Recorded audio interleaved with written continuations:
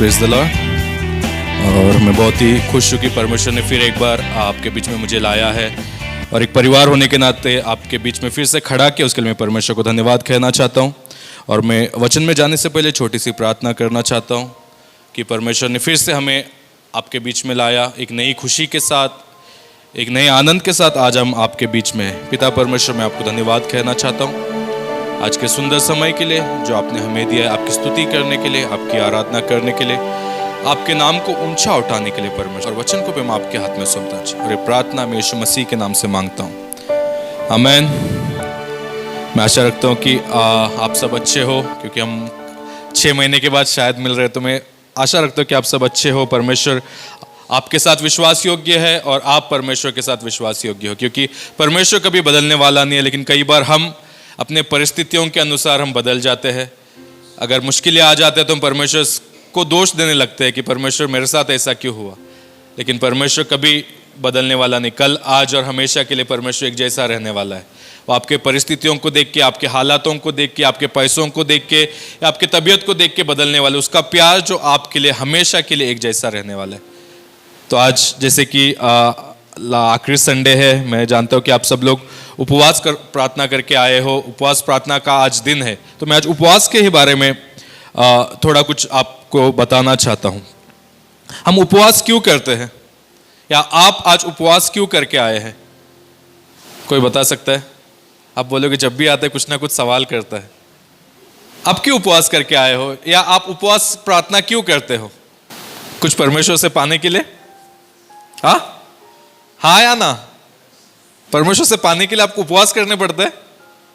क्या आपको लगता है कि हमारा परमेश्वर इतना कठोर है कि आप उपवास करके मांगोगे तो आपको देगा? तो ऐसा हो गया कि जैसे जब हम कोई काम करते हैं, हमारा काम नहीं होता, हम सरकार के सामने जाके भूख हड़ताल पे बैठ जाते, जब तक हमारी मांगे पूरी नहीं होगी हम खाना नहीं खाएंगे या पानी नहीं पिएंगे। क्या आपको लगता है हमारा परमेश्वर इतना कठोर है? आपको भूख हड़ताल पे बैठने की जरूरत नहीं है। आप जब उपवास करते हो, आपको इसके लिए उपवास करना है क्योंकि परमेश्वर मैं आपके करीब आना चाहता हूं, परमेश्वर मैं आपको और जानना चाहता हूं।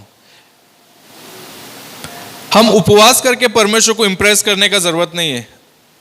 कई बार परमेश्वर का वचन क्या कहते हैं मालूम है? आप पढ़ो मत्ती के सुसमाचार अध्याय 6 वचन 17 और 18 में, परंतु जब तू उपवास करे तो अपने सिर पर तेल मल और मुंह धो, ताकि लोगों को न दिखे कि तू उपवास कर रहा है, परंतु अपने उस पिता को जो गुप्त में है, और तेरा पिता जो गुप्त में देखता है तुझे प्रत्यक्ष में बदला देगा। परमेश्वर का वचन क्या कहते हैं?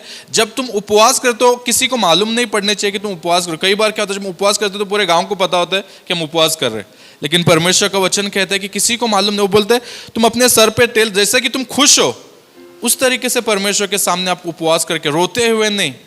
परमेश्वर का वचन कहते हैं खुश होके अपने आप को तैयार करो, और सिर्फ आपके परमेश्वर को पता होने चाहिए कि आप उपवास कर रहे हो। जब वहां पे आखिरी वचन में क्या कहता है? परंतु अपने पिता को जो गुप्त में है, तो उपवास करता है, परंतु उस पिता को जो गुप्त में है, और तेरा पिता जो गुप्त में देखता है तुझे प्रत्यक्ष में बदला देगा। जब तुम ऐसे गुप्त में, एकांत में उपवास करोगे तो सबके सामने परमेश्वर आपको उसका प्रतिफल देगा। अगर आप मनुष्य की प्रतिफल की अपेक्षा कर रहे हो, उपवास करके आप दिखाना चाहते हो, मनुष्यों से वाह या आपकी तारीफ सुनना चाहते हो, तो आपको प्रतिफल मिल गया मनुष्य की तारीफ सुन के। अगर आप परमेश्वर से कोई प्रतिफल चाहते हो तो परमेश्वर का वचन कहता है अपने तेल पे सर डालो, अपना मुंह दो, अपने आप को ताजा बनाओ, परमेश्वर के सामने एकांत में समय बिताओ। और जो गुप्त में आप परमेश्वर के सामने, या एकांत में जो परमेश्वर के सामने आपने किया है, एकांत में जो परमेश्वर ने आपको देखा है, हर किसी के सामने परमेश्वर आपको उसका प्रतिफल देगा। तो किसी चीज को पाने के लिए हमें परमेश्वर के सामने उपवास करने की जरूरत नहीं है, क्योंकि हमें परमेश्वर को जानना है। हमें उपवास इसके लिए करना है कि परमेश्वर मेरे लिए ये रोटी या खाना से बढ़कर तू है, मैं इस खाने को, इस रोटी को छोड़ रहा ताकि मैं तेरे करीब आ सकूं। परमेश्वर का वचन याकूब जेम्स अध्याय 4 और वचन 8 में कहता है, क्या कहता है मालूम है? परमेश्वर के निकट आओ तो वह तुम्हारे निकट आएगा। जब आप परमेश्वर के करीब जाओगे तो परमेश्वर आपके करीब आएगा। पहला, परमेश्वर किसी को जबरदस्ती नहीं करता है। आपके पास अगर आपकी इच्छा है कि नहीं मैं परमेश्वर को और जानना चाहता हूं, नहीं मैं परमेश्वर के और करीब आना चाहता हूं, जब आप एक कदम आगे बढ़ाओगे तो परमेश्वर कदम बढ़ा के आपके पास आएगा, वो अपने आप को प्रकट करेगा। कई बार क्या होता है, हमें परमेश्वर के बारे में जानकारी होती, वी नो अबाउट गॉड, मतलब परमेश्वर के बारे में जानते, लेकिन परमेश्वर को हम नहीं जानते। वो हमारे बारे में सब कुछ जानता है।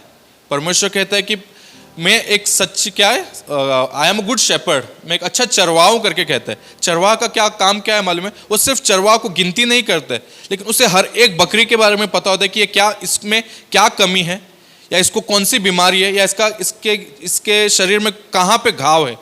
वैसे परमेश्वर कहता है कि मैं एक अच्छा चरवाहा। तो परमेश्वर आपके बारे में हर एक चीज़ों को जानता है कि आपकी परिस्थिति क्या है, आप कौन हो, आपकी कमजोरी क्या है, आपको कहाँ चोट लगी है।